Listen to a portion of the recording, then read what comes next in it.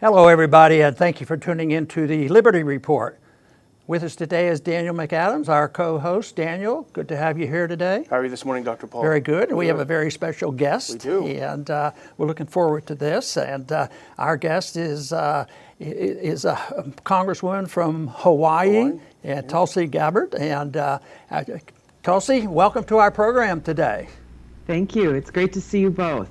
Okay, good. And Daniel? Great to see you, Ms. Gabbard. Thanks Well, for joining good. us. No, we're very happy to have you with us today because we've talked on the phone. Yes. And we do know that we have friends out there, and I think the reason we can get together with libertarians and progressives is not that there's every single thing we agree on, but I think we're seeking the same thing. We're seeking independence and truth, which is hard to find these days. All you have to do is turn the TV on and look at and look at impeachment, and you took an independent stand on the impeachment process. So that's very admirable as far as I'm concerned. But why don't we start off with a little bit about what's going on in New Hampshire. That's coming up. Are you in New Hampshire right now, I believe? I'm in New Hampshire right now in a small town called Barnstead. We are crisscrossing the state and going town by town, continuing to reach out directly to voters. It's unfortunate that we're in a place now. CNN held two evenings of town halls for many of the candidates running for president, including those who are polling lower than I am here in New Hampshire, who've spent very little time here in New Hampshire, but for whatever reason chose to exclude me. And this is something I'm hearing a lot of frustration about from New Hampshire voters, is that they are not being given the opportunity to hear, the voice, the message that I bring to make sure that voters can make that most informed decision, a voice that is, as you're saying, focused on the truth, focused on challenging this cross-partisan establishment in Washington made up of the powerful elite that's just leaving the American people behind.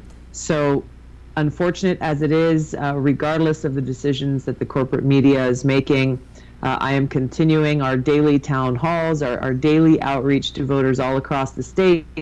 And the beautiful thing that I'm finding that is so inspiring and gives me hope for what we can accomplish together is that in every one of my town halls, without exception, we have Democrats, Republicans, independents, libertarians, people who voted for you, Ron, people who voted for Bernie, voted for Hillary, people who voted for Trump, coming together and saying, yeah, we're going to disagree on some issues and maybe strongly disagree. But as you said, we agree on our goals, our objective, and the need for us to come together in order to strive to that more perfect union and ensure that our government is actually of, by, and for the people and working only for the interests of the people. Right. And you have a quote on your website that summarizes what you just said. It's never bow to the foreign policy establishment and the powerful elite. I like that. And that is really our problem. The military-industrial complex and the profiteering from all the weapons sale and all these things. I mean, huge. And that directs our foreign policy. But, I want to call attention to some of your background that I found interesting and unique in a way, is that you're a military person. You're a major in the Army Reserve. You were in the Middle East. You've had that experience. And I was wondering, because this came up when I was running, about not too many of them had military experience. How does it work out with all those candidates you have? Do you have sort of close to the most military experience of all the candidates, or how does that work out? I do have the most military experience. The only other candidate in the race at this time who has worn the country's uniform is Pete Buttigieg. He deployed for 6 months, I think, to Afghanistan in 2016 in the Navy Reserves. I have been serving in the Army National Guard now for almost 17 years. I have deployed twice to the Middle East, first to Iraq in 2005 during the height of the war. I've deployed now for a total of probably almost 24 months, but throughout those experiences in such a deeply personal way, I witnessed and experienced the terribly high human cost of war. the toll that it takes on my brothers and sisters in uniform, those who pay the price for those decisions being made by leaders in Washington, leaders from both political parties, as well as the price that's paid by the people in the countries where we wage these wars. So for me in this race for president, being the only candidate that served in uniform in Iraq, combined with that personal experience that I've had now in Congress for 7 going on 8 years, where for the entire time I have been focused on national security and foreign policy, serving on the Armed Services Committee, on the Foreign Affairs Committee, on the Homeland Security Committee, and doing that work of holding our own leaders accountable, of asking the tough questions, of trying to get answers for the American people to achieve that truth. Truth that will the American people to see what's really going on, and for lawmakers to make the best decisions for our country. And it's a rare thing, sadly. Mm-hmm. But Tulsi, the position you have taken are similar to the one that I had, and there were times when I was accused of being anti-military, anti-American, anti-defense. Have you gotten that? Because I also noticed that I believe a statistic shows that you were doing something I did. We got the most money from the military. So have you been challenged? Oh, you're not supporting the troops, and they have a little harder time accusing you of that. You're right. They absolutely do, given I still have the privilege of wearing the uniform when I'm on my National Guard duty and performing that service. And it's, if anyone dares to try, I am quick to challenge them on the oath of service and loyalty that I and every one of our service members in this country has taken, willing to lay our lives down to ensure the safety, security, and freedom of the American people, taking that oath to our Constitution to heart.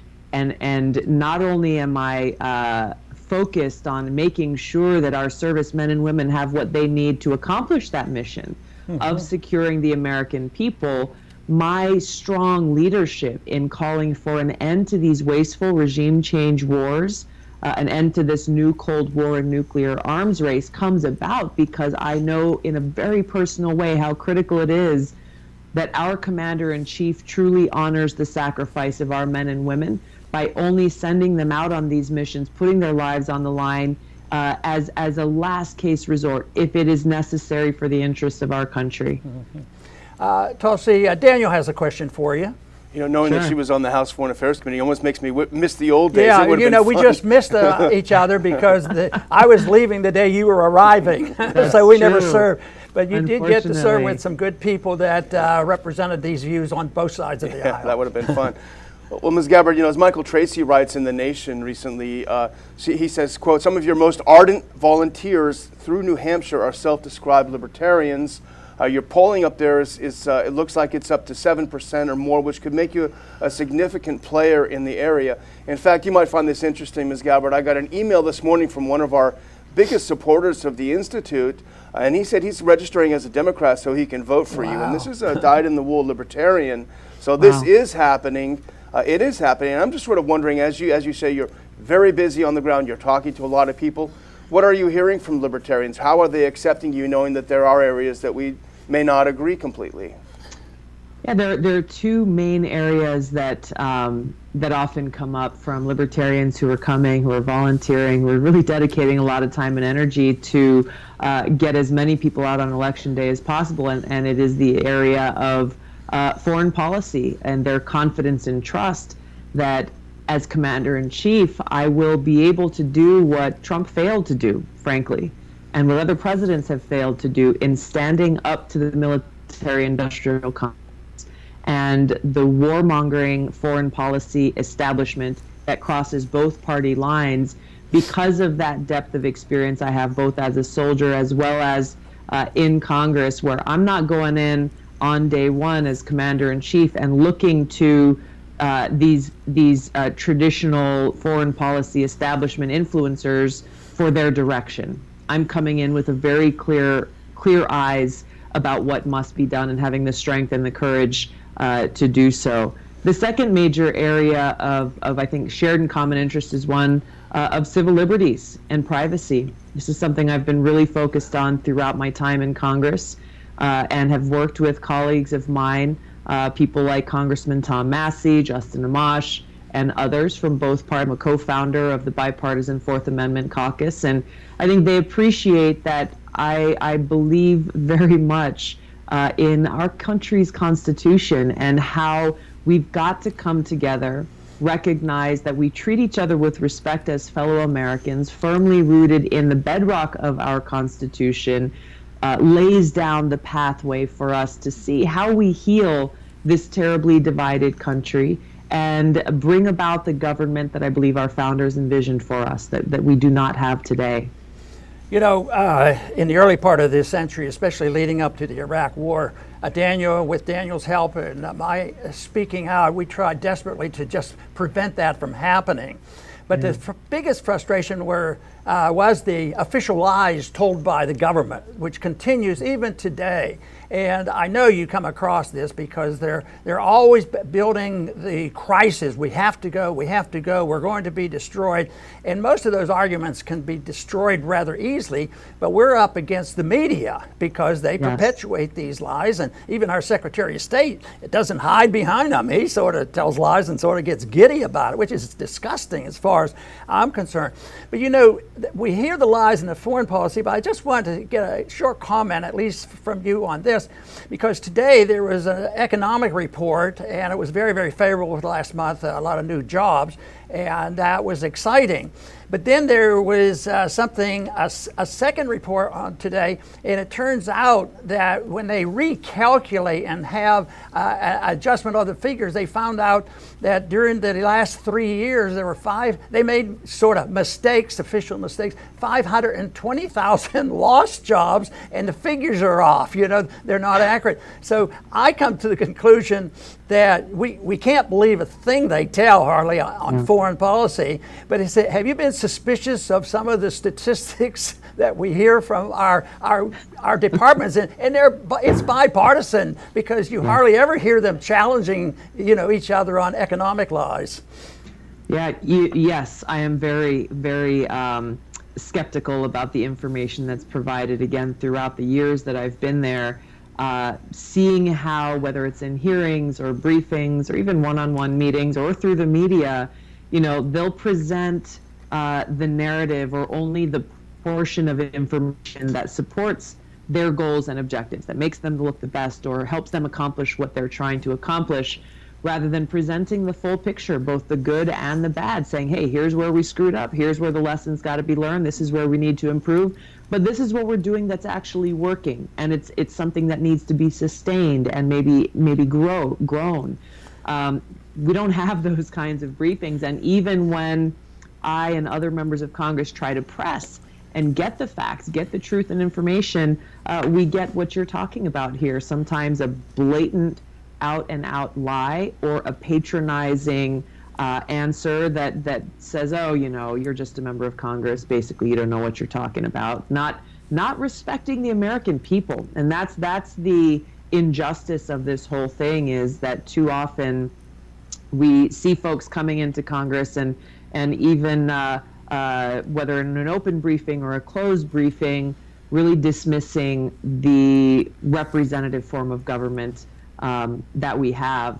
You know, my skepticism predates my service as a member of Congress, given I served in a war that you fought against and tried to prevent, a war that was completely based on lies. And for me, you know, I'm 22 years old. I enlisted in the Army National Guard, shipped off to basic training in Fort Jackson, South Carolina, a young private, and I believed what our leaders were telling us, the American people, that we had to go in and take out this bad guy, Saddam Hussein, because he was working with Al-Qaeda and he had these weapons of mass destruction, and this was necessary to protect the American people. I believe Colin Powell and the President Bush and Hillary Clinton and these other leaders in Congress who said this is what had to be done, almost unflinchingly, having faith that my leaders in this country would not lie to us. But that turned out to be completely false. And so I get criticized sometimes in my service on the Foreign Affairs Committee, the Armed Services Committee, and just overall in Congress, that I'm asking serious, tough questions. I'm not accepting the information that anyone delivers just on face value. Instead, looking, where is the evidence, looking for the totality of information that can best inform the decisions that we make in Congress. And this is the same kind of approach that I'll take as president, not taking lightly the decisions and the consequences that I'll make as commander-in-chief. Now I know why they don't like her out there, the establishment. She asks questions, she wants the answers. That's a dangerous position to hold, Daniel. Ms. Gabbard, we've been endlessly frustrated with Trump because, frankly, I think he talked the talk during the campaign. Hey, what's wrong with getting along with Russia? Hey, why do we need all this stuff? Why do we need to be in the Middle East? But when it came down to walking the walk, and I think you addressed this earlier, he turned to the same losers who have been running foreign policy in Washington for decades. John Bolton, all of these guys, regime change people, Elliot Abrams, for God's sake. I mean, it's awful. I think, Dr. Paul, that the only person Trump should actually fear on the debate stage would be Tulsi Gabbard. Right. But I want to address another thing, because I think this is something you've taken an enormous amount of heat for, and I found it an absolutely presidential moment, and that's when you had the courage. You were endlessly demonized for having the courage to travel to Syria, to sit down and talk with Bashar al-Assad, to get his side of it, to speak with him. And it was suddenly was treated as if, you had betrayed your country. And I'm thinking back, we both were happy when Obama met with Castro's brother, who was then running the country. We were happy when Trump met with Kim. We were happy when Reagan met with Gorbachev. It led to good things and potentially good things. So where does this idea come from that you can't even talk to your adversary? It seems like something new to us. Yeah, it points to this underlying theme of all the issues we're talking about here today, where whether it's the foreign policy warmongering establishment in Washington or it's their corporate media partners, their goal and objective is regime change in Syria. And so to see me go to Syria to get the facts and information for myself about what was happening there, and to dare to exercise diplomacy by meeting with the president of that country completely, and then to come home and talk about it, and to share the experiences that I had, and to continue this call that I had long before going to Syria about how devastating and destructive this regime change war is for the Syrian people, and how our role in this war is actually strengthening the very terrorist group Al-Qaeda that attacked us on 9/11, coming and speaking the truth about these programs that existed within our own government to provide them both directly and indirectly with arms and funding and support, because they were the ones who would be most effective in going and toppling Bashar al-Assad, the Syrian government. And coming back and speaking the truth triggered a lot of people to lash out and to try to not. If you notice, they don't ever argue with me on the substance of should we be trying to overthrow this government or not. The conversation never goes there. They resort to name calling, smear tactics, trying to undermine my character, my intent, my loyalty to our own country, the country that I love, which just proves the superficial nature of their position and really exposes them for who they really are in putting their own selfish interests ahead of the interests of the American people. Okay, we're going to have to finish up soon, but I have one more question. Since we're not in charge of the foreign policy and we fear that the conditions we have today could expand and it could get out of control, do you think that it becomes necessary when the foreign policy of today gets out of control that we would have to resort to the draft? I don't support the draft. I think that just it comes from a personal place for me as a soldier. If I'm deployed in combat, I want to know that the person, the man or woman serving to my left and right, has chosen to be there.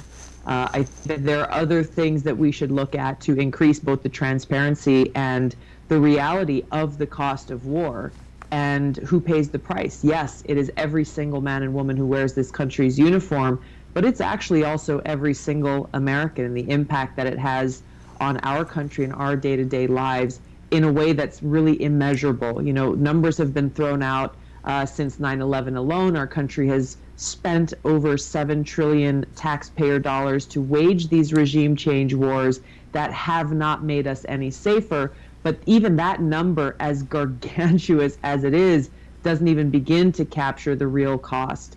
I talk about this in my town halls every day because people say, Tulsi, why does foreign policy matter to me? I'm concerned about the opioid crisis. I'm concerned about my child who has diabetes being able to afford the insulin that they need, et cetera, et cetera. Why do I care about foreign policy? Well, we're spending $4 billion every single month in Afghanistan right now, even after these papers exposed how our own leaders said this mission makes no sense. Right. $4 billion every month. That's $5.5 million an hour. And so as I'm traveling to these little towns across New Hampshire, like, holy crap, $5.5 million per hour? Why do I hear that we don't have enough money to make sure there's clean water to drink in Merrimack, New Hampshire, but there's enough money to go and prop up a corrupt government in Afghanistan? This makes no sense. And so connecting those dots so that every single one of us as Americans recognize this cost of war and how these foreign policy decisions impact us now and for generations to come is critical. Well, your position on the draft defends the position of self-ownership, and we sort of like that. People are responsible for themselves, and the government doesn't own us. Daniel has one short question, and we're going to be finishing up. It's not a question. I just wanted to close and thank you for joining us on my behalf. And I wanted to say that I hope CNN and the corporate media allows you into the day. I think it's disgusting and anti-American that they are trying to not even allow you to be part of the debate. Our electoral process is completely messed up. So we're hoping that you have a chance at least to make the case for peace and for civil liberties. And we'll be finishing up here, but I just want to say you have been in the military years-wise a little bit longer than I was in. I was in for 5 years, and I only made it to captain. You're a major, so I predict that you have a good future in what you do because you made major so quickly, and that's very, very good. But I also want to mention that there's no reason why we can't continue to work with the coalition. We work with Dennis Kucinich and quite a few other progressives, and I think it's I think that's the way to go. If you go with this idea, we all have to be moderates. Everybody has to give up their principles. That's why I can't understand that. But I think bringing together coalitions is the way to go, and it's very appealing. And that's why we sure hope you continue your momentum because you have the message that we really like. Why don't you just finish up by telling our audience exactly what they can do between now and the election or in the future, how they can get hold of you and join your campaign. Thank you very much. Thanks for the opportunity to talk with you both, Ron and Daniel, and to your audience. Here in New Hampshire, we are 4 days out from Election Day. It's coming up quick, and what we're doing is just encouraging everyone to call their friends, to make sure that even as the corporate media may be shutting out our voices, that we can bypass them and send a strong message to Washington about who our democracy and our country belongs to, we the people. It is through these elections, through going and casting your vote at the ballot box, that can overcome the powerful elite interests in Washington. Both here in New Hampshire, you have incredible support here, and just encouraging everyone to get out and vote, bring a few people with you. Right after New Hampshire, we'll be headed to the Super Tuesday states, South Carolina. We're hoping to make it out there to Texas as well. People can help in 2 ways. Number one, do just that. Make sure you get out and vote and bring a few people with you. And number 2, you can make a contribution at whatever amount you can, $5, whatever it is, to Tulsi2020.com. This will help us continue to get our message out there that we're delivering directly to voters. Lastly, you can follow me on social media at Tulsi Gabbard on all different platforms. And I appreciate the engagement and the coalition building that you're talking about, Ron. This is what is best positioning me to both be able to beat Trump in November of this year, but most importantly, for us to come together as a nation to bring about this sea change in our foreign policy that is so necessary. Well, very good. And Tulsi, once again, I want to thank you for joining us today. And we're going to do what we can to spread this particular interview, not only in New Hampshire, but around the country. And social media is still, even with their shortcomings these days that we run into, it's still a benefit to all of us to use it. So we'll do our best to let everybody know about what you're doing in New Hampshire and elsewhere. But thank you for being with us. And I want to thank our viewers today for tuning in today to this very special interview. Come back soon.